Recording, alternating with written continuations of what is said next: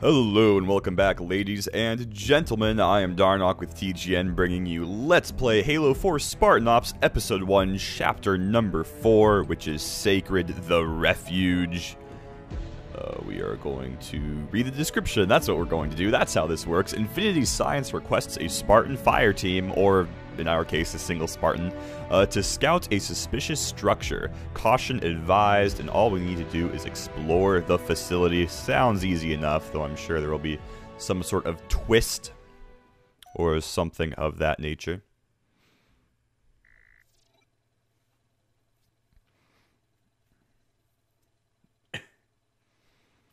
Excuse my cough, I had a little something in my throat. DMR all day, every day. Crimson, good work showing Majestic Team how it's done. DeMarco will be mad about that for days. I need a fire team I can depend on, and until you prove otherwise, you're it. Infinity Science has identified a jungle structure they want to see up close. I want boots on the ground before the eggheads go poking at every shiny object they find.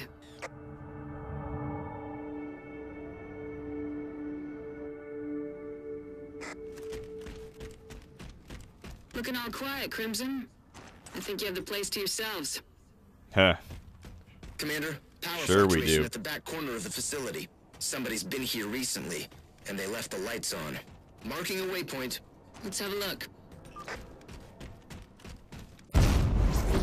Still playing around with the thruster pack a little bit. Getting used to it. How well can we strafe with it? Pretty well. All right. I'm trying to decide whether I want to start using it a lot in multiplayer. Pop them and move on. Yeah, that would not have gone so well. Anyway, I saw a couple of people were asking in the comments of the last video we did about still no Doverbro for the commentary, because as I'm sure some of you remember, at least when I was advertising this, getting the donations for the capture card and all that good business, the plan was Doverbro and I would be doing dual commentary. That still is the plan. Commander, Oh, Crimson has reached the I'll wait source for of the this. power fluctuations. That's a star map. See if you can access the data. Alrighty.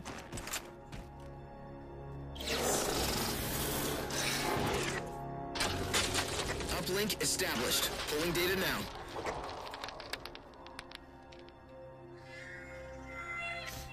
Crimson, Ah, there we heads go. up. Crawlers. Anyway, as I was saying, that still is the plan. However, since we were having... we keep talking. Okay, Crimson, this was only ever recon. I'm pulling you out until Science Team can review that data. Miller, mark the extraction point. Okay, either there'll be a lot of fighting between here and the extraction point, or this is the shortest Spartan Ops mission ever of all time. Anyway, as I was saying, that still is the plan. However, since we were running into technical difficulties at the beginning, and Doverbro was really excited to play Spartan Ops, he really wanted to play it, what I told him he could do is he could play through the first episode of Spartan Ops on his own, so episode 1, chapters 1 through 5. Ooh, it's a hunter. Crimson, watch out! Knights are nasty customers, but you can deal with them. Keep them front and center and don't stop shooting until they pop.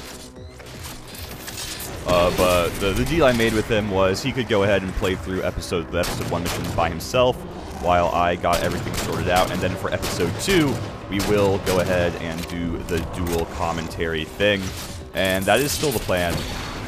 So as soon as we're done with this episode, or well, technically this chapter, and then the chapter after this one, Doverbro and I will go at it again. I am pretty confident I've gotten everything sorted out. I'm like 80% sure we shouldn't have to deal with any real nasty technical difficulties. It may require a little bit of fine-tuning, but I am pretty confident I know exactly what process we're going to have to go through to do that. So get excited, get stoked.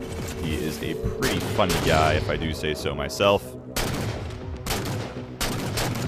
So I'm pretty excited for it. I think it'll be good. But yes, so for those of you who are wondering where Doverbro is, why the dual commentary thing is not quite happening yet, that is why.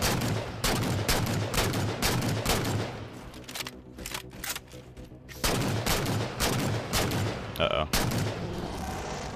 Alright, one more shot. Let's... I want to try and kill somebody with that. I want to make it count. I think this is the last guy, though, so we'll just... reloading's good. I should probably reload. There we go. And then there's like a dog over here or something who I can one-shot, assuming I land it. Alright, come on, look at me. Commander, the building's walls are moving. Path to extraction is blocked. Find them a way out, Miller. I'm Fine. trying, Commander. Make it quick. Ooh, light rifle, sweet. I remember the light rifle. I enjoy it.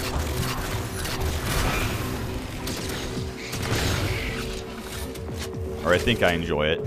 It's better than Out of Ammo DMR, that's for sure. And I was expecting either the suppressor or the Covenant sniper, neither of which I really want right now. So this is acceptable.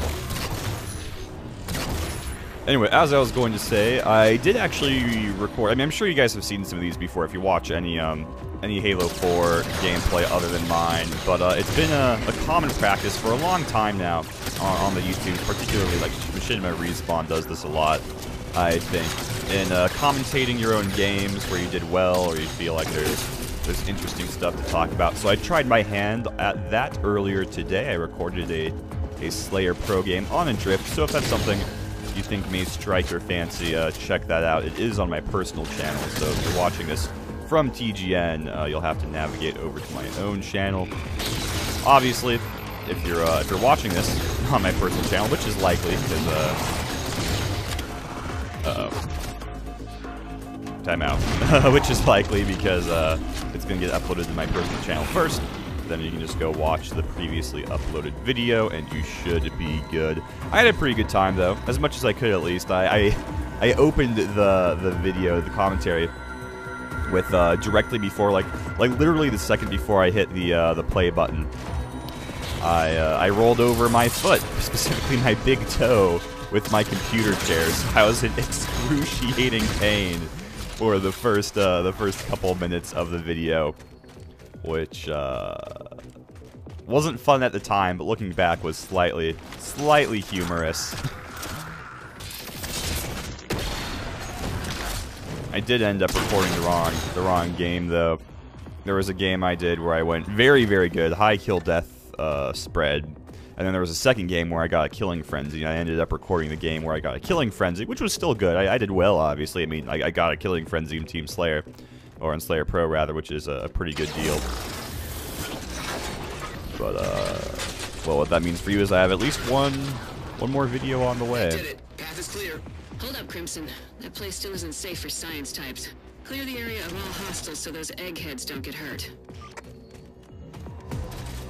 You see, I knew there was going to be some shenanigans going on. I was like, okay, we've completed the obvious objective in 3 minutes. Oh god.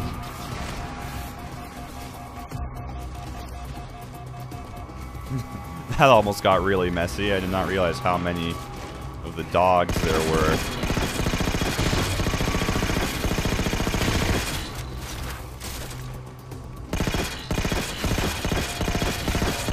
Oh, I miss my light rifle so much. Makes me so sad.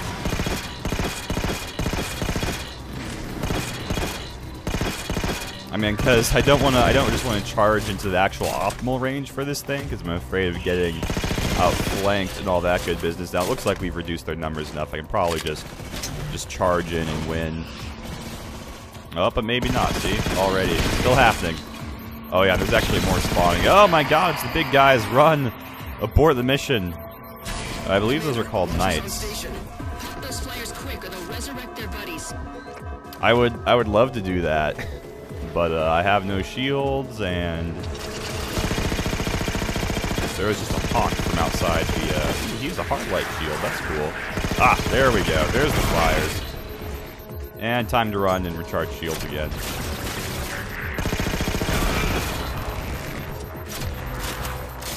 One thing I do like about Halo 4 is the way they are doing things as far as the radar. Well, technically it's a motion sensor. As far as the motion sensor, and it's telling you who's above you and who's below you, because it's always been like a little bit iffy. Like I've never really enjoyed the way they did it. I think like in Halo Reach, had the best way to do it prior to Halo 4, and it was still kind of iffy. If I remember correctly, I might be wrong, but I wanted to say it was like a red circle, just a normal red circle if they were on the same level as you. If they were above you, it was like a red diamond, and if they were below you, it was like a dark red circle. That wasn't quite as intuitive as this, where if they're on your level, it's just a red diamond. If they're below you, it's a red diamond with that little down arrow. And if they're above you, it's a red diamond with an up arrow. Makes a whole lot of sense.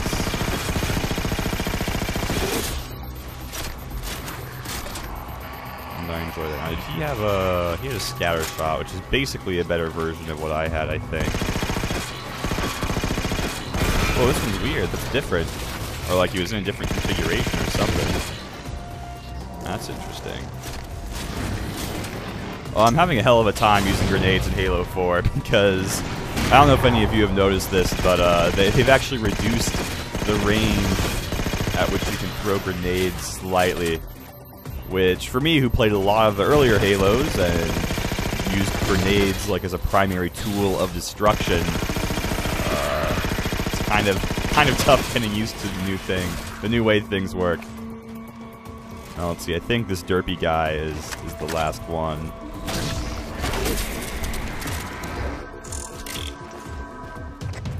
Maybe. Everything's baby-proofed? Good stuff. Dalton, I need a ride for Crimson at their new extraction location. Already on it, Commander. Pelican is on station above the facility. Just need to tell them where to land. Nice work, Crimson. Miller, get that data over to science team and see... Oops. Cut her short a little bit. Sorry about that, but that's why we have subtitles. Hopefully that was all she was going to say regardless. That's the end of the episode. This episode brought to you in part by Jacob Peterson and Will Rammon. If you would like to know how to sponsor an episode, whether it is Halo or otherwise, there will be a link in the description box below. Should be the first one, so you can follow that and see if that's something you're interested in. As always, thank you for watching. Ooh, level up, sweet. I have been Darnock, and I'll see you all next time. Bye-bye.